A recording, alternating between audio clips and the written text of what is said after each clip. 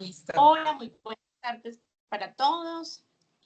Damos la bienvenida a este espacio. El día de hoy nos acompaña el profesional José Edison Flores. Él es psicólogo y en el marco del curso de acción psicosocial y contexto jurídico estaremos realizando con él una entrevista semiestructurada con el fin de conocer cómo ha sido el ejercicio profesional dentro de este campo y enfocándonos pues en los procesos relacionados. José, te damos la bienvenida, te agradecemos por el espacio. Bueno, para iniciar, ¿podrías confirmarnos tu nombre? Bueno, buenas tardes a todos. Mi nombre es José Edison Flores Páramo. Soy psicólogo hace 20 años y hace un poco más de 10 o 15 años, pues digamos que he trabajado con ICBF y en los últimos 11 años con la rama judicial y tengo una especialización en evaluación clínica y tratamiento de trastornos emocionales y afectivos. Y espero poder colaborar. Muchas gracias, José. José, cuéntanos qué cargo estás desempeñando actualmente en esta institución. Bueno, actualmente yo trabajo con la rama judicial en un cargo que se llama asistente social. Los cargos de asistente social en la rama judicial tienen un perfil de psicólogo, de trabajador social, sociólogo o antropólogo. Pueden llegar ahí. La mayoría de nosotros somos o o trabajadores sociales o psicólogos. Y pues lo que hacemos de alguna manera, para resumida, es asesorar al juez en todas las decisiones psicosociales o las decisiones jurídicas que tengan que ver con temas psicosociales para definiciones propias dentro de trámites jurídicos o legales que se llevan dentro de los juzgados. Yo específicamente he trabajado en los juzgados de familia. Sin embargo, hay asistentes sociales también que se especializan en el sistema de responsabilidad penal para adolescentes. El juzgado de familia cumple familia y adolescentes, sistema de responsabilidad penal para adolescentes. Y hay otros asistentes sociales que hacen parte de ejecución de penas ya con respecto a las personas que ya son mayores de edad, ¿sí? Hacen parte de esa parte de la ejecución de la vigilancia de la pena de sanciones penales en adultos. Listo, bueno. José, muchísimas gracias, pues también quisiera dártelas por ayudarnos con esta entrevista y a mí me corresponde la sesión 1 en donde vamos a hablar sobre su experiencia profesional. Para comenzar esta sesión, nos encantaría conocer un poco más sobre su trayectoria académica. ¿Nos podría mencionar cuál es el título universitario de mayor nivel que ha alcanzado en este campo? Como les dije, soy especialista en evaluación y diagnóstico y tratamiento de trastornos emocionales y afectivos. Psicólogo de profesión y actualmente estudiante de Derecho. Y pues la mayoría de la carrera ha estado ligada a la psicología jurídica. Ok. Bueno, en cuanto a su experiencia humana, desde su sensibilidad y práctica profesional, ¿cuál considera que han sido los retos más profundos o significativos que ha tenido que acompañar al trabajar con víctimas o agresores? Bueno, pues primero que todo, de alguna manera el cargo de asistente social en el caso del sistema de responsabilidad penal, perdón, está más orientado a los agresores, ¿sí? Entonces, en ese orden de ideas, digamos que lo más complicado ha sido un cambio una desestructuración dogmática, por decirlo de alguna manera, de esos dogmas, de entender o de pasar de entender una justicia retributiva, o sea, carcelaria, de intramural, a tener a pasar a unas justicias menos restrictivas, ¿sí? De alguna manera uno, por más que sea psicólogo o o profesional en el área social, pues digamos que entra uno a trabajar con la visión de que sí, de que efectivamente los jóvenes toca encarcelarlos y toca tenerlos cerrados. Entonces ese cambio de paradigma, de lograr entender que hay otras alternativas mucho más eficientes o al menos que están en pro de llevarse a cabo y de futuras investigaciones, pueden quizás tener mejores réditos que simplemente encerrar a un muchacho porque sí. Creo que ese ha sido uno de los mayores retos.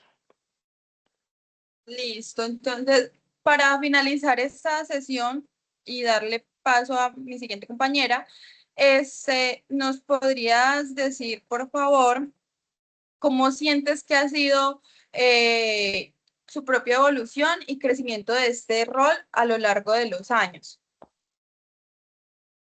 Bueno, desde el área psicológica, por decirlo de alguna manera, el rol de asistente social, digamos que no permite como muchos avances, porque son acciones o funciones muy específicas que una vez uno las lleva a cabo, pues no permite mayores avances. Eh, pues también producto del trabajo tan grande que hay para hacer. Sin embargo, digamos que desde el área jurídica, pues sí, hay un aprendizaje supremamente grande. Termina uno aprendiendo de muchos procesos judiciales, de muchos procesos de familia, desde la parte jurídica. Entonces, digamos que de alguna manera ese podría ser una evolución.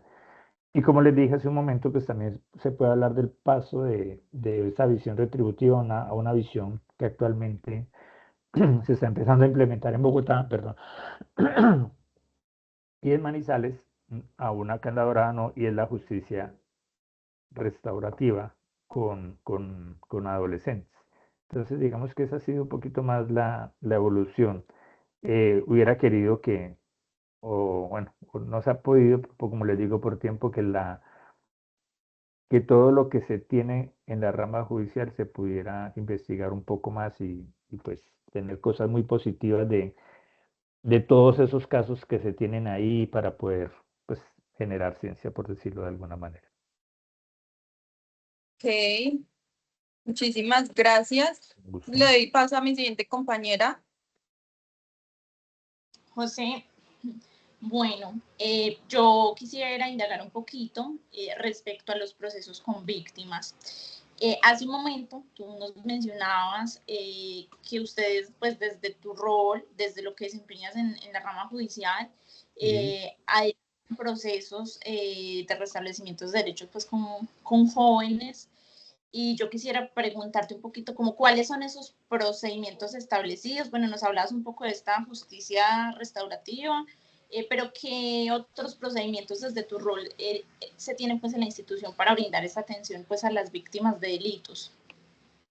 Bueno, no, la verdad, como les decía, para víctimas es muy poco y como tal procedimientos que se tengan o protocolos tanto para víctimas como para agresores, la entidad no los tiene. Digamos que de alguna manera pues se parte de lo que pues de no de hacer acción sin daño, que ya más adelante les voy a explicar qué significa ello, y, y pues la carta de navegación que es la ética del psicólogo, ¿sí? Como tal en mi caso, pero procedimientos como tal no, precisamente porque de alguna manera no hay intervenciones tan directas ni con las víctimas ni con los agresores, o al menos no hay intervenciones orientadas a un procedimiento o a unos fines terapéuticos, sino que son unas intervenciones más apuntadas a lograr entender esa situación específica, ese contexto del adolescente agresor. Ah, bueno, quería Ok, aclarar una José. cosa, Laura, también, para que de pronto no se enrede. El sistema de responsabilidad penal para adolescentes es el sistema de responsabilidad penal diferenciado del de adultos cuando unos jóvenes menores de 18 años, entre 14 y 18, cometen algún tipo de delito, o sea, que se logra tipificar, que se logra enmarcar dentro del Código Penal. El restablecimiento de derechos, no sé si de pronto fue un error a lo que tú lo comentaste, es totalmente diferente. El proceso de restablecimiento de derechos es el que lleva ICBF dentro de una situación administrativa con respecto a vulneración de derechos de los niños, niñas o adolescentes. ¿Sí? Pues, como un Ok. poquito de claridad ahí. Listo. Aprovecho como para también aclarar una inquietud que tengo de manera personal. Bueno, te digo esto porque pues, yo trabajo en una comisaría de familia. Es decir, que los jóvenes, ustedes solo llevan lo que es como el sistema de responsabilidad penal, pero un joven puede estar en este sistema de responsabilidad penal y al mismo tiempo encontrarse en un proceso de restablecimiento de derechos, o ahí ya termina el proceso de restablecimiento de derechos y inicia el proceso de responsabilidad penal. ¿Cómo sería ahí? Bueno, la respuesta corta es se pueden tenerse en las dos. Se pueden tener las Okay. dos. Un proceso, partamos, si hay un delito y el adolescente es capturado en flagrancia, se tienen que hacer unos actos inmediatos, no recuerdo exactamente cómo le llaman ellos, son unas acciones inmediatas de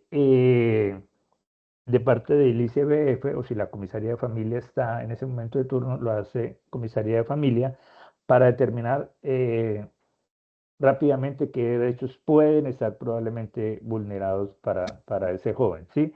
Entonces, eso da paso a una apertura, restablecimiento de derechos de la parte administrativa.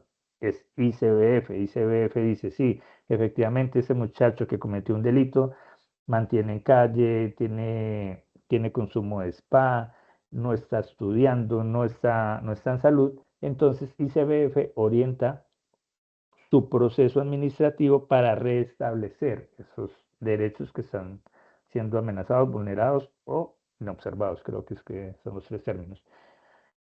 Pero paralelamente a eso, si se tipificó un delito, está el sistema de responsabilidad penal para adolescentes. Entonces sí se pueden llevar los dos procesos a la vez. Muchas veces los jóvenes agresores confunden esos dos procesos porque resulta que los envían, bueno, o hace unos años los enviaban a Ciudadela Los Zagales, en el caso de La Dorada y Caldas, por restablecimiento de derechos. Cuando el juzgado sacaba la sentencia, no le tenía en cuenta esos 2 o 3 meses que estaban allá porque no estaban por parte de la línea penal, sino que era por la línea administrativa, y ellos creían que era que ya habían pagado eso. Entonces, si se les decía que un año, ellos decían, o sea, que me quedan 3 porque, perdón, que me quedan, digamos que les decían que un año, llevaban 3, entonces decían, bueno, o sea, que no, tengo que cumplir 9. Y era un inconveniente hacerles entender que los dos procesos eran diferentes y iban por vías diferentes y con fines obviamente diferentes. Ok, José, gracias por la aclaración. Bueno, hace un momento tú nos mencionabas que consideras que uno de los que podríamos llamar obstáculos dentro del proceso es que ustedes hacen un seguimiento más desde lo legal y no tanto de pronto desde lo psicosocial. Entonces, en ese orden de ideas, mi pregunta sería, ¿cuál consideras que son los principales obstáculos que se encuentra al trabajar, en este caso no voy a decir víctimas, sino más bien con estos jóvenes infractores en términos emocionales, legales y sociales? Bueno, la verdad es que los principales obstáculos con ellos, lo que yo les acabo de decir, o en ese tiempo, es lograr que ellos reconozcan sus fallos, ¿sí? Que reconozcan que el sistema de responsabilidad penal en los últimos años ha cambiado mucho, inclusive en los inicios también, siempre ha sido un proceso reeducativo, resocializador, ¿sí? Entonces, y hacerles entender o que el proceso reeducativo y rehabilitador verdaderamente es un beneficio para ellos, es muy difícil y es de las cosas más complicadas, que ellos acepten que generaron un daño, que le generaron un daño al otro, que eso tuvo unas consecuencias para el otro. O sea, ese proceso empático es totalmente, o ha sido de las partes más difíciles. Y pues desde lo emocional, cuando se daba mucho el internamiento, obviamente esto generaba para ellos mucha confrontación, estar lejos de su familia, en una ciudad fría como Manizales, rodeados de más jóvenes, en muchos casos con hechos más gravosos que los de ellos. Eso representaba también o sea, no era difícil la adaptación, por decirlo de alguna manera, de ellos en términos emocionales, por decirlo así.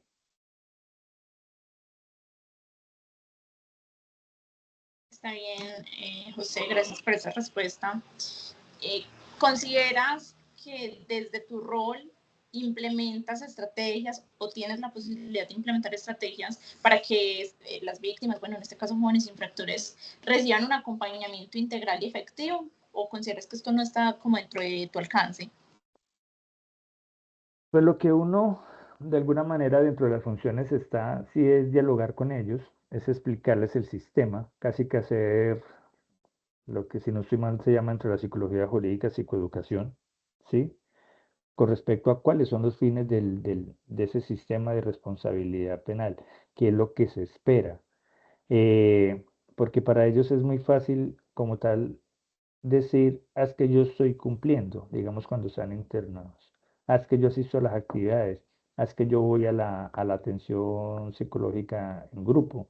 Entonces es muy difícil hacerles entender a ellos que no es solamente el asistir y que para el despacho, para la comunidad, para la sociedad, no es el asistir porque casi que al estar ellos encerrados, pues deben asistir o asisten, no tienen nada más para hacer. Entonces ese cambio verdaderamente emocional, psicológico, cognitivo, de comprensión, lo que espera el despacho como tal llevar a cabo. Pero como tal, sí, las estrategias están más enmarcadas ya dentro de esas instituciones. Ellos sí tienen unas estrategias que las lleva a cabo, que lo llevan a cabo con lineamientos o a la par con lineamientos del Instituto Colombiano de Bienestar Familiar, donde ellos sí tienen esas estrategias como tal. Pero el acompañamiento es un acompañamiento muy básico de ir a hablar con ellos, cómo van, cómo están, que no se les estén vulnerando los derechos en esas atenciones, sea de internamiento o sea de libertad vigilada, que están por fuera y van a algunas sesiones y ya, prácticamente es eso. No, digamos que no es mucho lo que se puede hacer como estrategias para un acompañamiento verdaderamente integral y, y efectivo por ahora. Ok, José, entiendo. Eh, ya para terminar, digamos que esto, ¿cuáles son las principales áreas, teniendo en cuenta lo que nos mencionas de que, pues, si bien es un acompañamiento, como tú dices, psicoeducativo, no va tal vez más allá? ¿Cuáles consideras que son las principales áreas que deben mejorar en la atención y protección o acompañamiento dentro de tu institución? Dentro de la institución, bueno, de alguna manera yo, pues como les he dicho, pues, a pesar de que no soy psicólogo jurídico, tengo una visión desde esa perspectiva. En algunos momentos yo le he planteado a la rama judicial que se puede hacer un poco más con respecto a la psicoeducación, ¿sí? Desde el área jurídica, tanto para víctimas como para jóvenes agresores. ¿Por qué? Porque, bueno, no sé si ya lo han visto o no, enfrentarse tanto a la víctima como el agresor, enfrentarse a un estrado judicial implica cambios, implica confrontaciones psicológicas, emocionales, de temor, qué va a pasar conmigo, entiendo, no entiendo un proceso, qué es eso de aceptar cargos, qué es eso de no aceptar cargos, sí, sí, entonces todo para ellos es nuevo, entonces pues digamos que desde esa parte sí, sí se puede mejorar mucho desde la institución una implementación de nuevos roles del psicólogo con respecto a eso, a esos escenarios, ¿sí? Como tal. Porque muchas veces y ya lo voy a explicar un poco más adelante con la justicia restaurativa, muchas veces esos jóvenes llegan y aceptan cargos y no saben de qué están aceptando cargos. Muchas veces les dicen que les van a aplicar un principio de oportunidad donde la víctima tiene que estar eh, de acuerdo para ese principio de oportunidad de ese agresor y la víctima debe ir ante un juez o ante el mismo fiscal y decir que está de acuerdo con ese principio de oportunidad.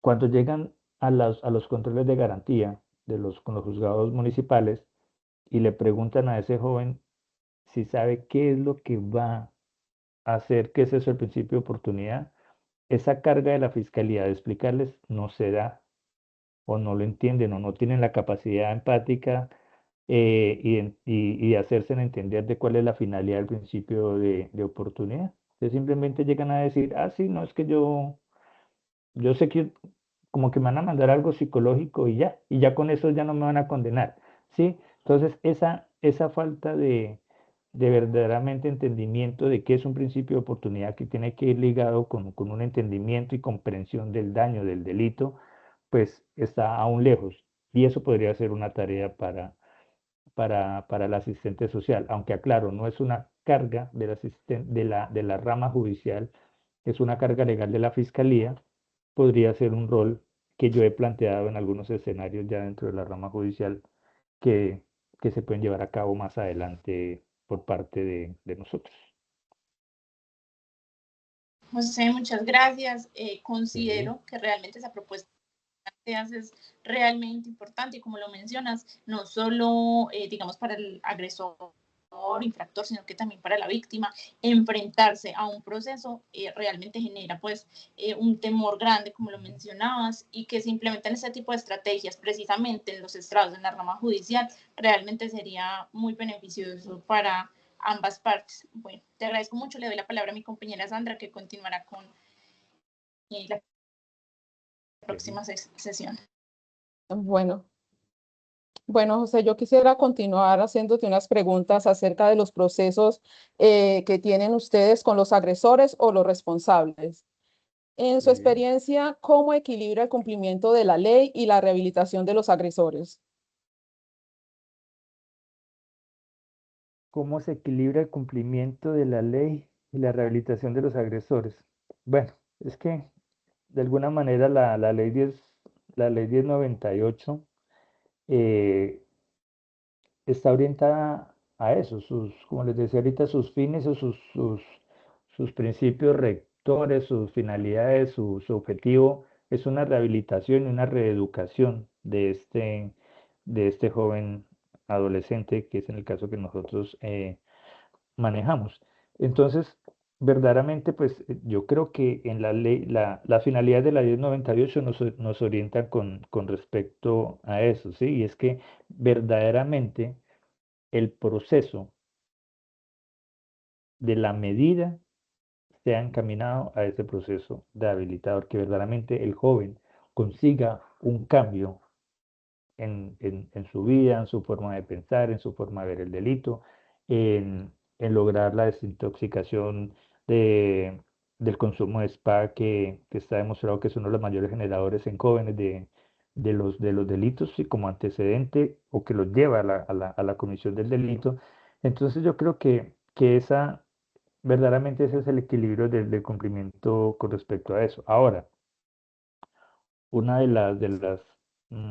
las preguntas que yo me hago más o que más me hago con respecto al sistema es verdaderamente si se hacen buenos diagnósticos o no dentro de esos procesos de las medidas del sistema de responsabilidad penal. Entonces, unos buenos diagnósticos, eh, como psicólogo creo en el tratamiento individual, creo que es esencial el tratamiento individual, aunque muchos de los colegas o psicólogos sociales no lo vean tan necesario, creo que el tratamiento individual y contextual y subjetivo de los jóvenes puede llegar a mejores réditos.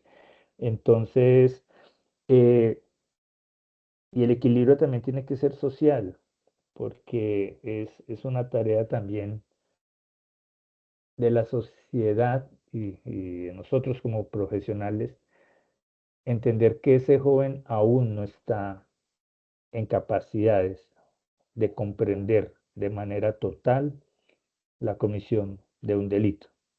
Claro, las grandes críticas dicen, pero ¿cómo no va a estar preparado o consciente o comprensión y volición con respecto a matar a alguien? Son muchas circunstancias las que pueden llevar a un joven a, a que pueda ser manipulado, que pueda llegar a ser mm, más fácil a cometer un delito, a ser parte de una fuerza militar no legal. Entonces es esa parte social que las personas entiendan que los jóvenes aún están en proceso de crecimiento de educación, que están consolidándose cognitivamente, es una parte muy difícil. Inclusive, como les decía yo hace un rato, para mí también era difícil entender eso en un principio. O sea, ¿cómo así que un joven no puede comprender?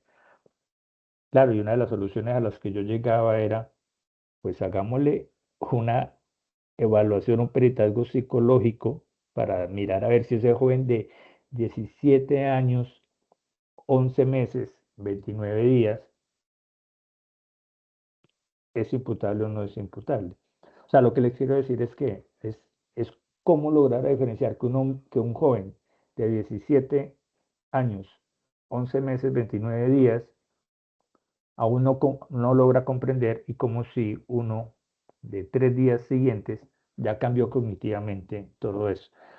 Y la respuesta mía está en una idea que tengo a futuro, solamente la tengo en mi cabeza, porque no sé si, es más, no sé si sea viable, y es cómo se puede trascender verdaderamente ese límite de 18 años de edad que, como sabemos, no puede estar ligado totalmente a la evolución cognitiva. O sea, no es que yo ya amanecí con 18, ya mejoré cognitivamente, sino que para mí se tiene que extender a lo que llaman juventud, 26, 27 años, como como los estipulan unos tratados internacionales con respecto a la juventud, porque para mí la juventud, uno aún hasta los 25, 26, 27 años, comete todavía muchos errores de capacidad de comprensión.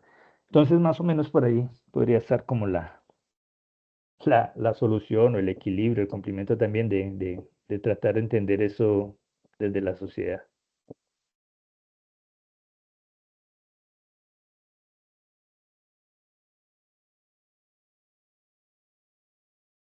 Claro. A mí me gustaría saber qué desafíos éticos o profesionales usted ha enfrentado cuando trata con estos agresores o con estas personas responsables de delitos.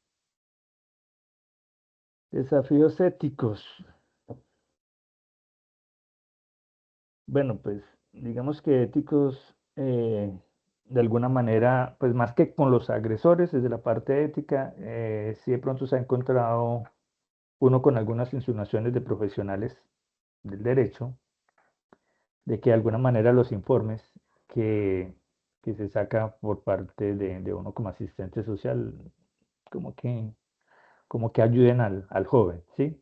Entonces, obviamente, pues uno tiene que estar muy bien parado éticamente y pues amar su trabajo como lo hago y saber que las consecuencias no solamente son para ser joven, sino también pueden ser legales para uno y pues no, es una cuestión ya de cada uno con respecto de cómo ser ético en la presentación de informes, de cómo a pesar de estas insinuaciones uno sostenerse en lo que considera.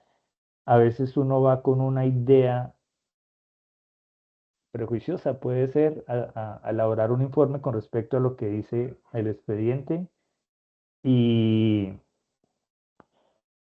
y casi que a veces uno se orienta bueno, yo creo que vamos por acá. Y tener la capacidad con lo que observó en la visita sociofamiliar o con lo que observó en las instituciones, ser la capacidad de decidir objetivamente qué plasmar en el informe, afecte a quien afecte o convenga a quien convenga, desde una posición ética y de valores, creo que es lo que se debe hacer y de pronto ese ha sido el desafío más grande desde la ética como tal con respecto a los profesionales del derecho. Con respecto ya a los agresores, yo creo que lo que les decía hace un rato es hacerles entender de que tiene que haber una conciencia del daño y que la cuestión es que ellos mejoren y se reeduquen como tal. Y, y pues muchas veces uno se encuentra con jóvenes que ya uno los, es que no encuentro más palabras, a uno ya los va perfilando como que pueden ser verdaderamente, pueden tener ¿qué? Rasgos psicóticos, bueno, se me fue la palabra de los que ya son bien malos. Bueno, se me olvida, si me acuerdo, te les digo.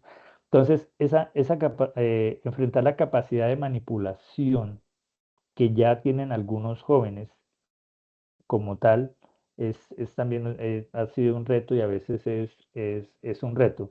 Y es un reto ya a pesar de los años, no tanto porque uno no identifique de ellos, sino por el contrario, lo que lo lleva a uno más bien a estar como prejuicioso, que uno con todo se va a encontrar ese tipo de manipulación.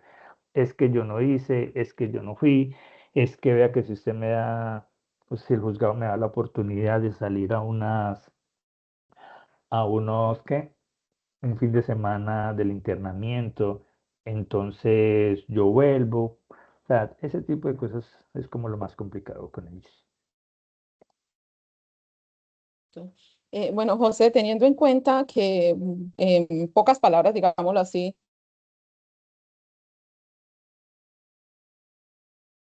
¿Te fuiste, Sandra?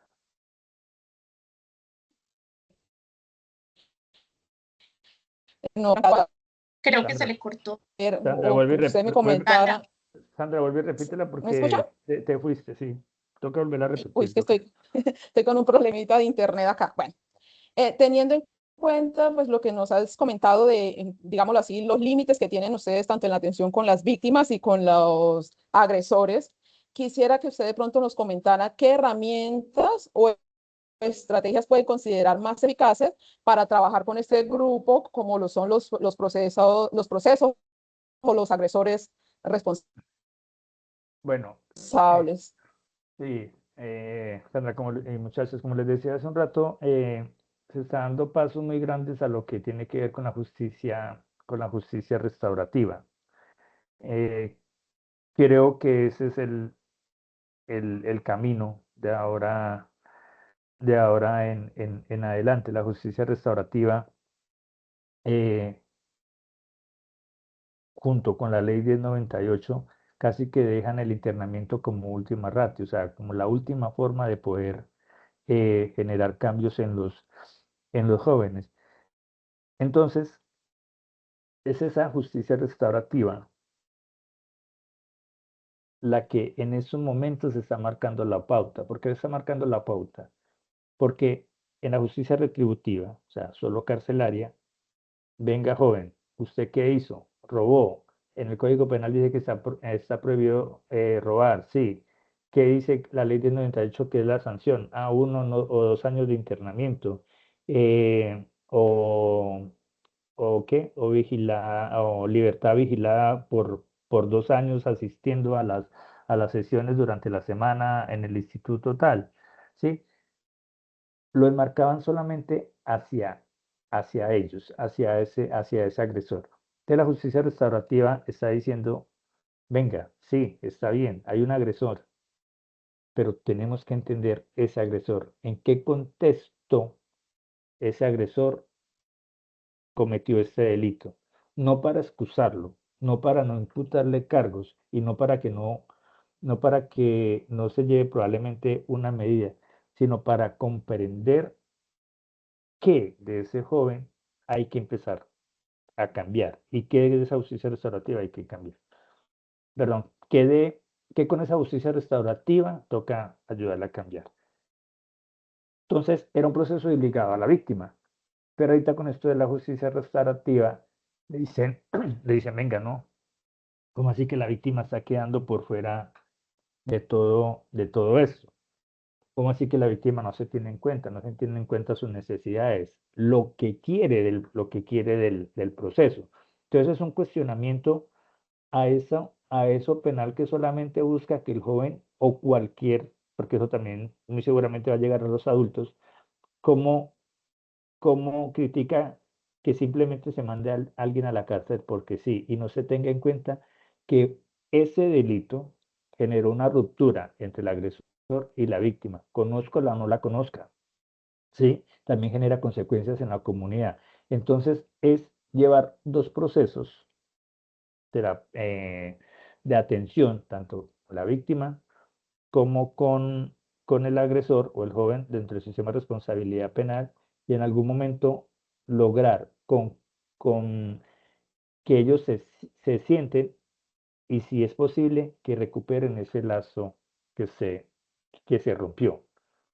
Eso tiene muchas aristas, muchas críticas, pero básicamente es eso. La justicia restaurativa trata de evitar que ese encarcelamiento se dé simplemente porque sí.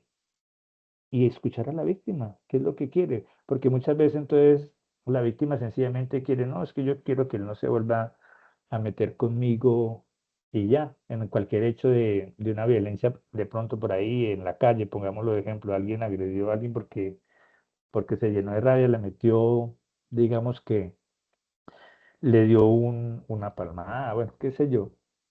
Y entonces sencillamente la retributiva le dice, venga usted, váyase para internamiento, váyase para internamiento, ese internamiento probablemente no le va a servir de nada, va a salir y va a seguir de problemas con la víctima. Este proceso le dice, no, venga, ¿qué fue lo que pasó? Si la víctima quiere, ¿no?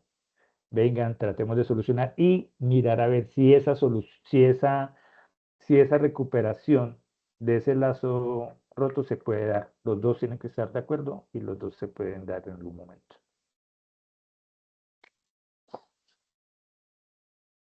Hola, buenas tardes. Bueno, José, muchísimas gracias. Ok. de antemano les ofrezco una disculpa por no tener encendida la cámara, pues, pero tengo problemitas con el dispositivo en el que estoy conectada, entonces se me hace un poquito complejo conectarme con cámara. Bueno, José, espero que se encuentre muy bien. Bueno, las preguntas que yo le voy a realizar pues van en relación a la colaboración interinstitucional y el trabajo de equipo. ¿Cómo se coordina su institución con otras entidades judiciales o de bienestar social en los casos que involucran a víctimas y agresores? ¿Y qué aspectos usted considera que se podrían pues como fortalecer en términos de colaboración interinstitucional para mejorar pues dichos procesos? Bueno, como tal coordinación, digamos que no hay mucha excepción pues de la que ya queda establecido de los de las rutas de atención con respecto a víctima y todo eso pues que está establecido y que de alguna manera la rama judicial puede activarlas, ¿sí? Eh, digamos que la ley estipula una coordinación o unos informes más bien que el ICBF debe hacer para individualizar a los jóvenes que hacen parte del sistema de responsabilidad penal. Entonces, cuando a un joven se le va a dictar sentencia, se le va a establecer la medida, se le va a decir es culpable o no es culpable, la medida va a ser esta. La 1098, la ley 1098 exige un informe para determinar sus condiciones económicas, sociales, familiares, culturales, psicológicas y todo eso, y de ahí que el juez tome una decisión de qué medida le va a implementar a este joven. Y esos informes pues los hace ICBF, los hace el equipo de interdisciplinario del ICBF. eh, y cómo se podrían fortalecer, pues yo creo que podrían ser un poquito más periciales, digamos que de alguna manera las comisarías de familia y, bueno, en este caso ICBF y las comisarías de familia para casos de violencia intrafamiliar tienen, tienen de alguna manera más funciones de peritazgo que nosotros no los tenemos como asistentes sociales. Entonces, nosotros somos una función más de asesoría y de entendimiento y de puente entre esos informes y el juez. Entonces, en algunos casos, pues uno sí se encuentra con informes bastante, bastante flojos. eh, en muchos casos, eh, esos informes, cuando son capturados en flagrancia, digamos, los capturaron en flagrancia, y el informe que se solicita en 6 meses, muchas veces mandan el mismo. No van y miran si las condiciones cambiaron o no. Entonces, muchas veces los juzgados se dan cuenta de eso y pues sí, obviamente los jueces les llaman la atención y eso, pero creo que la respuesta es eso. Es un poquito más significados y más periciales y en muchos casos más completos. Bueno, ¿y cómo considera usted que es el trabajo en equipo dentro de su institución cuando, digamos, se aborda un caso que involucra tanto a víctimas como a agresores? ¿Y qué importancia pues atribuye a la capacitación continua de los funcionarios en temas relacionados con lo que es la psicología jurídica y el tratamiento de víctimas o agresores? Bueno, pues como tal, como tal dentro de la institución, pues no hay equipo interdisciplinario. O sea, en los juzgados de familia, pues hay abogados o no abogados, técnicos, o sea, abogados, técnicos en diferentes áreas y está el asistente social que podría determinarse como un equipo interdisciplinario, pues ahí entre dos profesiones. Digamos que el trabajo, pues, es lo que yo les decía hace un rato, es esa asesoría, es ese dialogar sobre ese joven, sobre esos informes, sobre qué medida puede ser más beneficiosa para el joven, si intramural, si extramural, si sencillamente reglas de conducta, o sea, no aplicarle nada. Entonces digamos que es eso, es que los jueces, los muy buenos jueces, confían en nuestro criterio como asistentes sociales, ¿sí?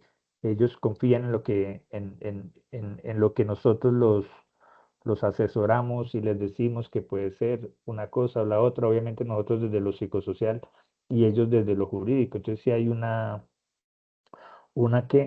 trabajo si hay un trabajo en equipo, es de esa manera. Y pues obviamente la capacitación continua pues siempre va a ser muy, muy importante. Les voy a contar lo que les decía hace un rato que les iba a explicar. Hace un tiempo no se hablaba de acción sin daño. En estos momentos se está hablando de acción sin daño. ¿Sí? Prácticamente es lo que les decía ahorita, es que de las acciones jurídicas o de cualquier institución, a pesar de que estén legalmente constituidas, puedan generar daño a la persona a la que se le va a aplicar. Entonces, en ese sentido, obviamente, toda la capacitación desde el área jurídica de tratamiento a víctimas y a agresores ayuda a que nosotros como institución sepamos qué es lo que se está investigando, qué es lo nuevo que se está diciendo.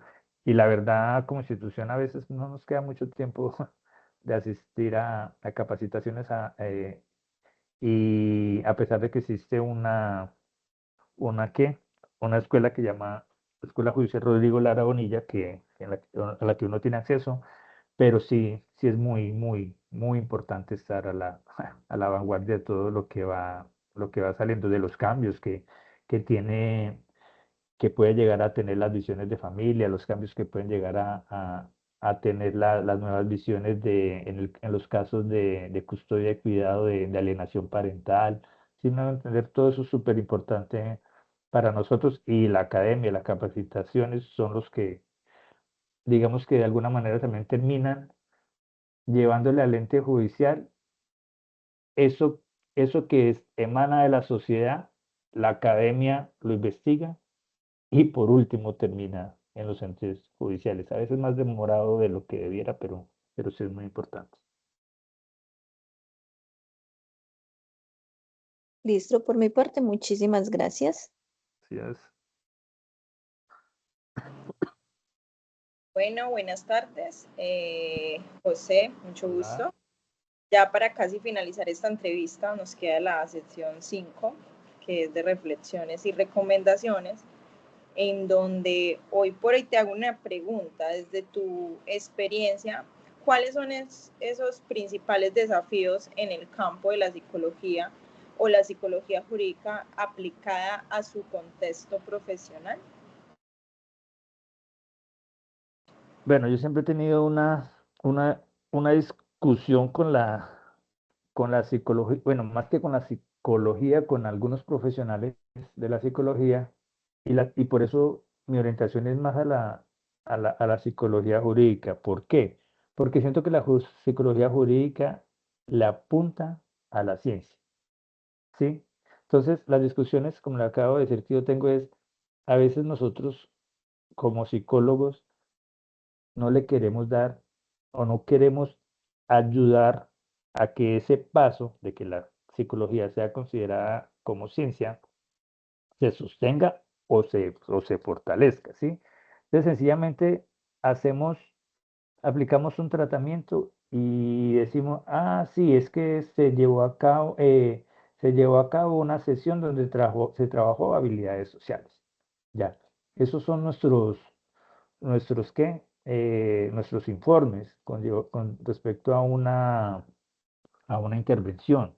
Entonces yo creo que los desafíos es dar ese paso de más, es cómo yo entrar a demostrar que esa habilidad social que yo trabajé efectivamente repercutió en un cambio o no lo hizo. Entonces, ¿cómo establezco yo eso? Con una línea de base, con unos buenos instrumentos, aplico tratamiento y luego vuelvo y evalúo. Entonces, obviamente la psicología jurídica está mucho más cerca de eso. La psicología jurídica la aporta a, perdón, la aporta no, la apuesta a, a instrumentos, a peritazgos que estén totalmente avalados, inclusive esos instrumentos tienen que estar validados en Colombia para poder que tengan efectos legales o que un abogado no los pueda tumbar en algún escenario jurídico.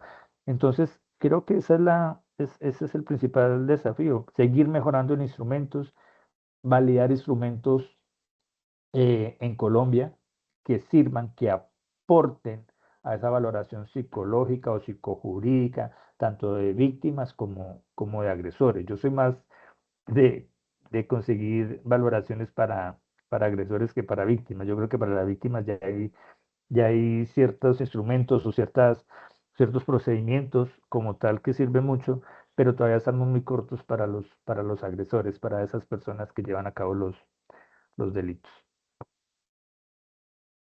Vale, súper. Como segunda pregunta tenemos es, desde la psicología jurídica, ¿qué mejoras recomendarías para fortalecer la eficacia de los procesos judiciales relacionados con víctimas y agresores en su institución? ¿Qué mejoras recomendaría para fortalecer la eficacia de los procesos judiciales? No, yo creo que sería lo mismo ante buenos diagnósticos y buenos peritazgos, y peritazgos que no logren ser tumbados por ilegalidad o por no validez de instrumentos. Yo creo que sería lo, lo que, lo que tendríamos que dar paso a eso. Lo otro pues sería también, pues que me viene a la cabeza, sería pues seguir fortaleciendo esa parte de la psicología jurídica, por decirlo de alguna manera, a pesar de que se está cobrando mucha fuerza, sobre todo desde lo penal, es seguir apostándole a eso, a que la psicología jurídica siga llevando instrumentos, siga abriéndose campo, tanto desde las víctimas como desde los agresores o de cualquier escenario, no necesariamente víctimas agresores, desde la custodia, el cuidado personal, las valoraciones de las familias, que eso se siga mejorando y se siga apostándole a la ciencia con respecto a eso. Ok, José, ya para finalizar, ¿cómo consideras que ha impactado su trabajo en el bienestar y la rehabilitación de las personas con las que pues has interactuado?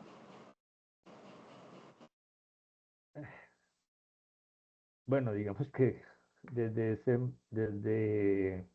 desde el área de asistencia social, sobre todo con respecto al sistema de responsabilidad penal para adolescentes, sí es un poco frustrante, creo yo.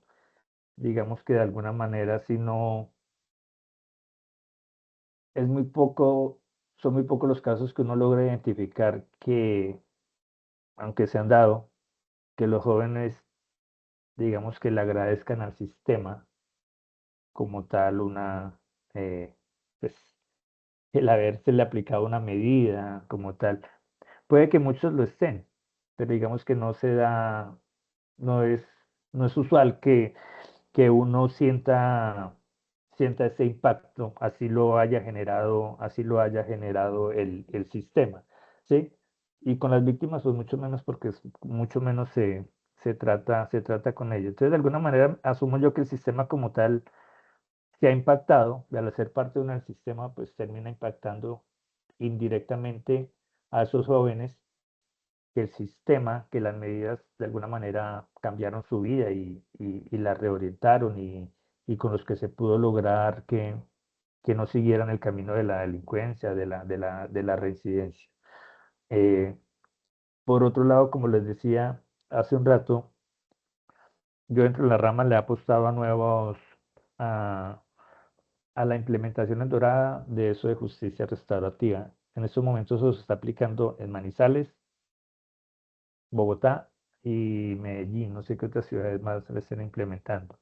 Inclusive el año pasado estuve hablando con la directora de ustedes de allá de la UNAD y se tuvo un acercamiento precisamente para eso, para ver si en la Dorada se empieza a dar esa aplicación de la justicia restaurativa por medio del principio de oportunidad, donde ustedes van a tener supuestamente como un centro de atención psicológico y donde se pueda establecer si ustedes como institución, como la UNAD, pueden empezar a dar atención a a alguno de los dos no, a las víctimas orientada a la justicia restaurativa.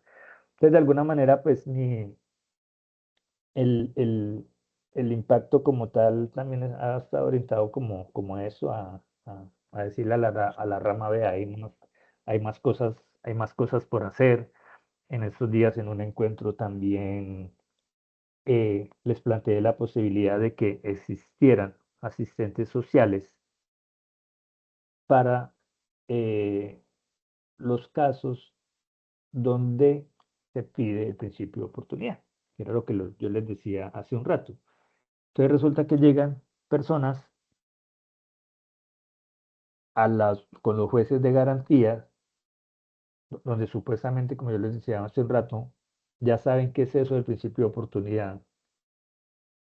Y el juez les pregunta, ¿usted le explicaron que el principio de oportunidad? Sí, sí, señor. Sí. Ah, bueno. ¿Está de acuerdo? Sí. Entonces usted tiene que ir a X sesiones psicológicas. Pues resulta que esa misma persona me contacta a mí y me dice, José, venga, que yo sé que usted trabaja allá, usted es psicólogo de la rama judicial. ¿Cómo le parece unos meses después? ¿Cómo le parece que a mí me iban a cerrar ya el caso por violencia intrafamiliar? Me iban a cerrar ya el caso, pero la juez me dijo que no, que porque yo no fui a unas sesiones psicológicas. Y a mí nunca me dijeron eso, me dice él a mí. Nunca le dijeron eso. La fiscalía se lo tuvo que haber dicho. El defensor público se lo tuvo que haber dicho antes de la audiencia de garantía. El juez se lo tuvo que haber dicho. 3 escenarios.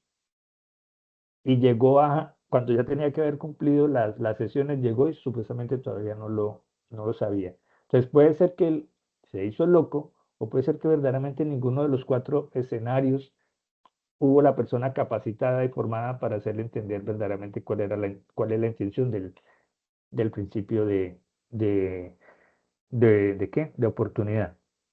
Entonces, digamos que eso es lo que he estado tratando de aportar, de que el rol de la asistencia social se fortalezca, se amplíe para que nosotros podamos llegar a ser esas personas que verdaderamente le digamos al juez, vea, es que ese señor no tiene ni idea de lo que usted le va a probar. Él no tiene ni idea. Él va a ir a unas sesiones psicológicas porque sabe que eso le va a quitar el problema penal que tiene. Pero verdaderamente esa sería la esencia. ¿Eso protegería a la víctima? No la protegería, porque sencillamente iría vuelvo y les digo, espero que ustedes no sean de esos profesionales, iría donde alguno de nosotros, profesionales psicólogos, una vez me lo dijeron, a que le firmara de que había asistido a las 6 sesiones. ¿Me hago entender? Entonces, obviamente, estaríamos en contra total de la víctima, del beneficio de la víctima. Verdaderamente lo que tiene que pensar el principio de oportunidad es que eso no se vuelva a dar. Entonces, y si nosotros como asistentes sociales no nos damos cuenta de eso, no nos damos cuenta de que efectivamente hubo un cambio en esa persona y que esa violencia intrafamiliar no se va a dar más o no se va a agravar, pues el sistema no estaría haciendo nada y estaríamos ante probablemente casos más adelante de tener muerte de algún familiar, de alguna mujer, que son la mayoría que reciben esos tratos físicos o malos tratos físicos, muertas porque sencillamente el sistema no logró evaluar y no logró determinar que esa persona no era apta para una justicia restaurativa. Entonces, más o menos por ahí van como los aportes. Y en eso estamos. Ok, José, muchas gracias. Me quedó la duda, cuando una persona Señora. no asiste a esas sesiones o no, ¿qué sucede? Cuando la persona no va, lo que pasa es que eso tiene muchas, o sea, el principio de oportunidad tiene muchas formas y eso es eso es una clase total. ¿Qué es lo que pasa? Los principios de oportunidad, como su nombre lo indica, es decirle a esa persona que cometió el error por primera vez, y creo que en menos de 5 años, para ciertos delitos, que uno, entre más o menos, hable con la víctima, que la víctima diga, no, esa persona ya me indemnizó, es una forma, yo no quiero nada más, entonces la fiscalía le dice, bueno, vea, ¿para qué lo vamos a mandar para la cárcel? Estás hablando muy coloquialmente, ¿para qué lo vamos a mandar para la cárcel si ya la víctima dijo que lo indemnizara, se le indemnizó, no quieren nada más? Chao, ¿para qué vamos a mandar a la cárcel a alguien por eso? Esa es más o menos como la visión. En los casos de violencia intrafamiliar que llegan alcanzan a llegar a lo penal, entonces eh, no hay una indemnización, sino que se intenta, es que casi que con los fines de la justicia restaurativa, de que eso se restablezca si se puede. Esa relación rota entre, digamos que es una pareja, entre esa pareja. Pero si no se logra eso, por lo menos que con las atenciones psicológicas la persona mejore y esa situación no se vuelva a repetir. Entonces, entonces llega a fiscalía, vea, hermano, le vamos a dar principio de oportunidad, le vamos a proponer a la juez que usted va a ir a X o Y terapias. Entonces, para que diga que sí, le preguntamos a la víctima dijo que sí, la fiscalía. Van ante el juez. Señora víctima, ¿usted sabe por qué su expareja está acá? No sé. Señor, ¿usted sabe por qué usted está acá? Sí, me van a mandar para unas sesiones psicológicas que yo tengo que salir para que usted no me meta a la cárcel. Ya, ¿sí me entiende? Entonces no hay un concepto, no hay una concepción de verdaderamente de por qué es el principio de oportunidad, de que se le está dando una oportunidad para que él mejore algo y eso no se vuelva a repetir. Entonces resulta, bueno, lograron pues medio hacerle entender ahí en ese, se me fue, en esa audiencia le dicen, listo, vaya a 5 o 6 sesiones. Resulta que el hombre va y no las cumple. No pasa nada. Esa es la respuesta. No pasa nada. Si cuando él vuelve no las ha cumplido, pues no se da aplicación al principio de oportunidad y se sigue la investigación del proceso penal con respecto a, a eso. Pero lo importante que les decía acá, y es mi caballito, y es mi caballito de Troya, es cómo cómo logramos nosotros decirle al juez que efectivamente son 5 sesiones, o que son 6, o que son 10, para evitar verdaderamente que esa situación se le vuelva a presentar a esa víctima. Es muy difícil. Y para eso deberíamos nosotros, o bueno, no sé, obviamente la psicología jurídica tendría mucho que dar ahí, es qué tipo de instrumento, qué tipo de valoraciones le podemos aplicar a esa persona a la que se le va a brindar ese principio de oportunidad para que efectivamente nosotros le podamos decir, señora juez, no, este señor, sí, el perfil que tiene ese señor con 5, con 6 sesiones orientada a eso, orientada a lo otro, muy seguramente no va a volver a incurrir. O se nos puede pasar, por el contrario, si no aplicamos esos instrumentos, esas valoraciones, no me pude acordar el nombre técnico, la profesora además que lo dirá. Entonces se nos puede filtrar a alguien que por medio de su manipulación eh, nos haga creer o le haga creer al juez y al fiscal que sí, que eso no va a volver a pasar, cuando lo que quiere es volverse a secar a la víctima y matarla. Es una responsabilidad del Estado de que eso no vuelva a repetir. Y para mí, ¿quiénes serían los dados a investigar eso o a identificarlo, a diagnosticarlo? Nosotros, ¿sí? Que esa persona que puede llegar a matar más adelante a su expareja pueda lograr ser identificada en ese momento. Ok, José, no, ahorita sí me queda súper claro. Muchísimas gracias. O sea, No yo sé, quisiera hacer una señora, pregunta, qué pena. señora. Bueno, no No, sé, de pronto nos hágale, que no haya salgamos un afán. poquito, Hágale. un poquito. Bueno, referente a lo que decía usted, que de pronto a garantizar como la seguridad de la víctima. Pero bueno, yo durante muchos años he visto que hay mujeres que son víctimas de violencia intrafamiliar y ponen una denuncia, vuelven y la quitan, ponen otra denuncia. Bueno, eso es un círculo vicioso.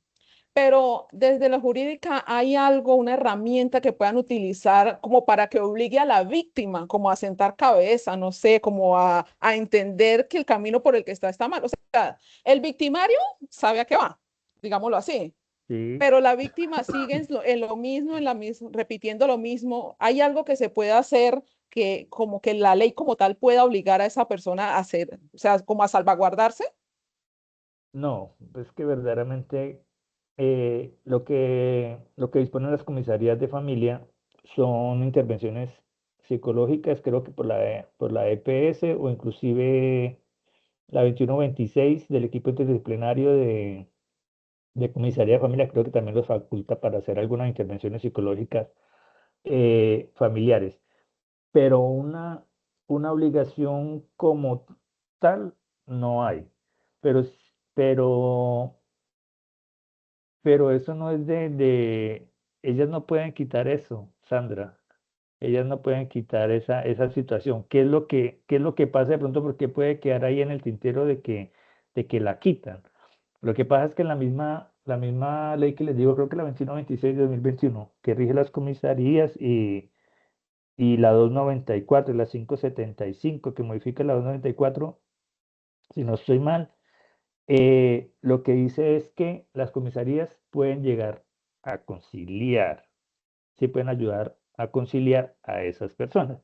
Entonces puede pasar el caso que hoy un hombre llegó y trató mal a su esposa, la alcanzó a estrujar y bueno, todo eso. La señora decide, va y denuncia. Entonces resulta que en esa valoración que hacen psicóloga, trabajadora social, de la denuncia,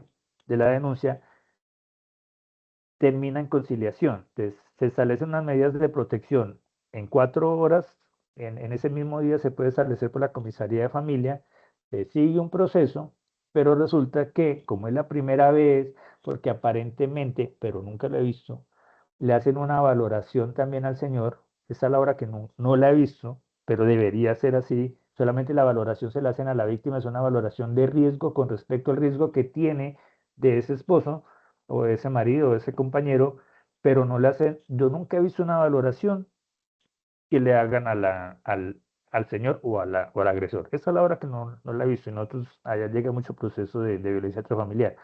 Entonces, es verdaderamente de ahí, entonces ellos de alguna manera, la comisaría legalmente capacitada concilia, trata de conciliar y se vea que eso no se vuelva a presentar, pero no cierra el caso. Entonces eso es lo que le pararon a pensar de que se echan de para atrás. Y no es que se echen de para atrás, sino que de alguna manera concilia. Pero si eso vuelve a pasar en el seguimiento que se supone que tiene que hacer la misma comisaría de familia, pues ya dictan las medidas de protección definitivas. Pero el caso sí va a fiscalía y fiscalía es lo que tiene que ya después entrar a definir si se tipifica o no en violencia intrafamiliar. Pero esa era una de las cosas que yo decía en un encuentro donde yo planteé lo del nuevo rol de asistente social, y es que si comisaría de familia hace todo lo que le faculta la 2126 con respecto a valoraciones, visitas sociofamiliares e instrumentos de peritazgo, a la fiscalía le va a quedar mucho más fácil los casos que alcancen a llegar a lo penal, que valgan la pena llevarlo a lo penal, demostrar la culpabilidad del agresor. Pero las comisarías no lo hacen. Y pues de alguna manera uno los entiende porque no tienen el personal suficiente. O sea, no lo tienen, no tienen el tiempo y todo eso, pero algo se habrá de hacer. Por lo pronto, a mí lo que se me ocurre en eso, Sandra, que no sé si lo tengan, porque pues, también no puedo hablar de lo que no sé, una valoración a ese agresor. Debe haber algún instrumento. Pregúntale a la profesora qué instrumento hay definitivamente para hacer un perfil, no desde la víctima, sino de ese agresor, que verdaderamente ayude a futuro nos digan y que eso le diga al juez: a este man no le aplica el principio de oportunidad porque no tiene el perfil para eso. José, Ok. Señora, creo que el instrumento que tú nos dices debe ser creo que se llama el PCLR, que es como la escala que mide la psicopatía del agresor. No sé si ese es el que nos estás diciendo. no, la verdad yo para instrumentos bueno, no es que sea malo, o sea, no los tengo muy en cuenta, pero, o sea, lo que les quiero decir es que eso puede haber uno. Puede haber uno de psicopatía, que no me pude acordar del nombre. ¿Cómo son las personas que pueden llegar a ser totalmente manipuladoras desde el perfil psicológico, pero que pueden Pues matar gente? de psicopatías, pero pues también mitómanos, ¿no? Psicópatas y sociópatas, sí, ya, esas Ah, son. Exacto. Entonces, exacto, Laura. Entonces, obviamente, si hay algún instrumento, bueno, algún tipo de valoración que le ayude a la comisaría de familia a determinar eso, pues nos va a ayudar a todos. Y verdaderamente, para mí el sentido no, no es solamente para entrar a juzgar que la fiscalía logre o tenga instrumentos de pruebas para culpar a esa persona, es hacerlo, o sea, pues mi visión es cómo proteger a esa mujer, o cómo proteger a esa familia que más adelante puede llegar a ser víctima de una situación fatal, y que se han visto casos que arrancan así progresivamente. Debe de haber una forma en que al menos la comisaría de familia y el Estado tenga como ampararse legalmente, y pues al menos que quede escrito en algún lado que, vea, no, es que si se le dijo que este man era un peligro, hermano. Fiscalía, usted no quiso hacer nada. Juzgado, pero algo tiene que haber. Y a eso se debe apuntar. Pregunten si quieren. O si no, quieren. mira, que ¿Ah? yo quería como hacer una observación. A mí me Señora. parece muy interesante lo que planteaste respecto, digamos, que al desarrollo cognitivo. Tú nos decías hace un momento, es que yo como termino con un joven de 17 años, 11 meses, 29 días, realmente tiene esa edad cognitiva. Y también entender, nos hablabas un poquito pues como de ese abordaje individual, de esa parte terapéutica, y cómo contrastaba, o a veces digamos que era muy contradictorio con lo social. Pues precisamente nuestro enfoque en la universidad, nuestro enfoque es netamente social comunitario, y es nuestro fuerte. Nosotros durante toda la carrera nos dedicamos exhaustivamente a entender cómo los contextos y cómo el entorno influye en los comportamientos de las personas. Y esto me lleva a pensar en algo.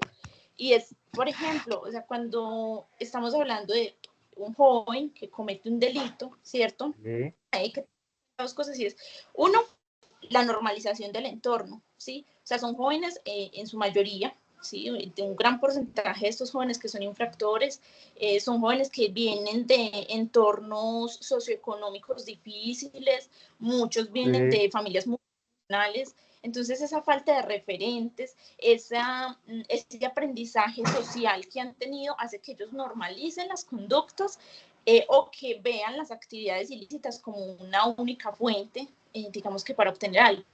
Eso Sí. por una parte, normalización del entorno. Y otro contraste ahí es el tema del enfoque de supervivencia. O sea, realmente es muy complejo. Ejemplo, un joven que se encuentra en Quibdó, Chocó, que realmente es una ciudad donde hay unos grados de vulnerabilidad muy altos, donde hay una falta de oportunidades para que los jóvenes accedan a educación y donde aparte entonces hay una presencia de delincuencia, de grupos al margen de la ley.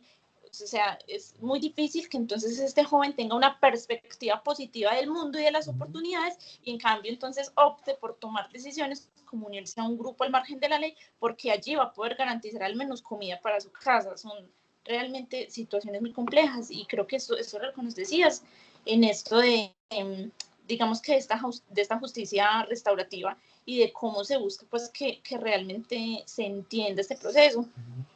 Algo que también me gustó fue lo que dijiste del rigor científico, o sea, de que desafortunadamente una de las razones que lleva a que la psicología sea tan estigmatizada y que no se nos dé como esa validez como ciencia, es precisamente eso lo que tú nos contó.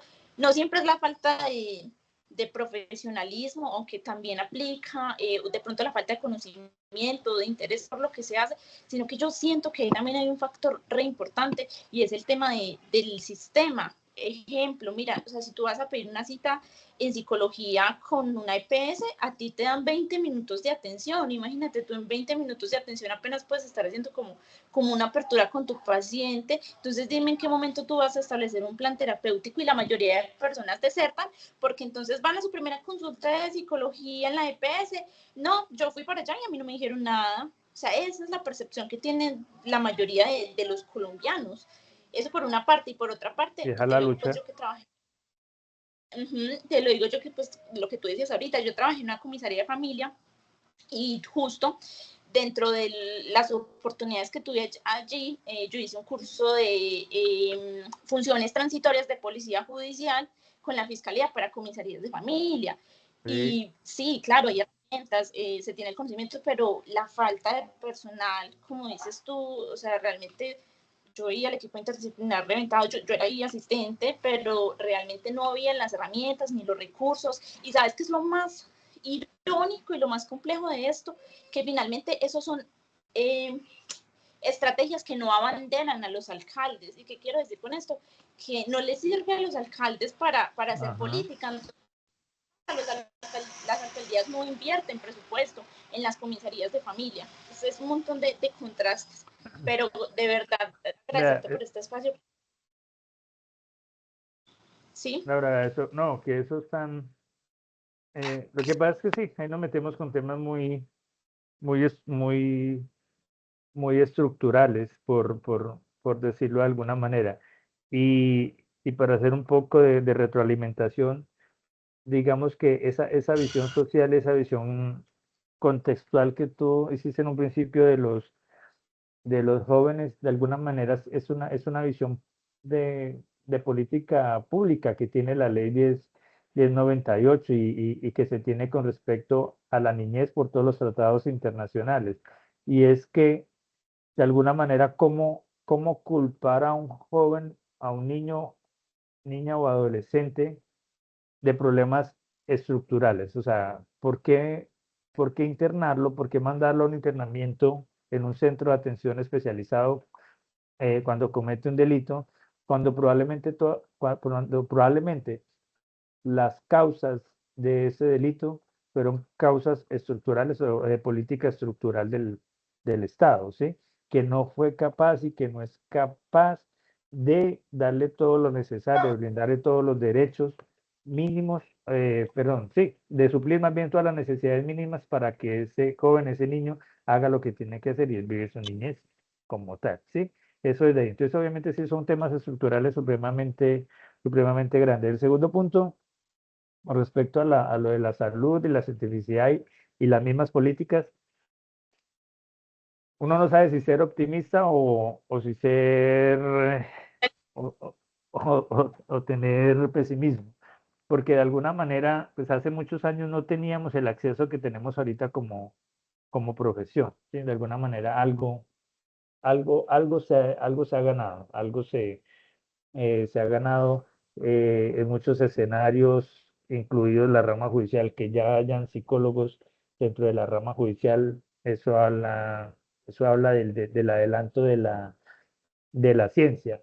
La parte estructural que tú dices, obviamente, va de la mano de la, de la ciencia. O sea, si no hay políticas públicas, si no hay economía para investigación, si no hay verdaderamente una intención de entender o determinar o de terminar creyendo en la importancia de lo psicológico, pues obviamente es mucho más difícil para nosotros ir generando ese, ese campo, ¿sí? Es muy difícil. Pero pues esa es la lucha, esa es la profesión que escogimos y pues a eso toca seguirle apuntando. Y es una profesión bonita, por decirlo de alguna manera. Yo a veces me cuestiono desde lo económico, pero es una profesión muy bonita que si uno tiene la oportunidad de ser buen profesional, ser ético y sobre todo ser juicioso en la aprehensión de conocimiento, puede uno llegar a conseguir muy, muy buenas cosas. Además de agradecida, a excepción de la pregunta que me hicieron a mí hace un rato, eh, cuando uno lleva buenos procesos terapéuticos y recibir unas gracias de corazón, creo que es lo más retributivo fuera de lo económico. Económica, es verdad. Sí, es cierto, pero sabes que yo siento que ahí entra como a jugar otra cosa y es listo, está bien. ¿Cómo culpar a un niño por robar cuando tiene hambre? Sí, vamos a utilizar como esta frase. Eh, no podemos luchar contra el sistema, es difícil, es complejo y esa es la realidad. Pero entonces ahí es donde nosotros como profesionales entramos a empoderar a ese niño, a empoderar a esas familias, a ayudarles desde nuestros conocimientos, desde nuestra experiencia, a abrir su perspectiva de vida, decir, bueno, ¿con qué herramientas cuentas? Veamos qué puedes hacer. Porque creo que tú pusiste un ejemplo que a mí me encantó y fue lo de, bueno, es que el psicólogo hace un informe donde dice, ay, sí, trabajamos habilidades sociales, pero yo cómo demuestro esto, ¿cierto? Entonces ahí lo que nos decías, ese rigor científico, cómo realmente vamos a demostrar que lo que estamos haciendo y que esa intervención terapéutica va a tener Sirve. efectividad y va a impactar de manera positiva la vida de ese ser humano, porque al final, más allá de la práctica, de lo teórico, nosotros lo que hacemos es impactar vidas y yo creo que eso no es cualquier cosa. Me puse muy romántica con la profesión. Tal cual, Laura. No, muchachas, muchas gracias. Muy chévere el rato y lo que necesiten, si hay tiempo, le hacemos. Muchas gracias, José, por su valiosa ayuda. Chao, Sandra. Chao, Dios nos lo Que estés muy bendiga. bien. Chao, Laura, que estés muy bien. Chao. Chao, Muy Margarita. bien. ¿Y las otras ya no están? No. Chao. Vale, No, las gusto. porque Chao, tenían vale. otra. Bueno, dale. Muchas Que estés muy bien. Bueno, pues. gracias. Hija,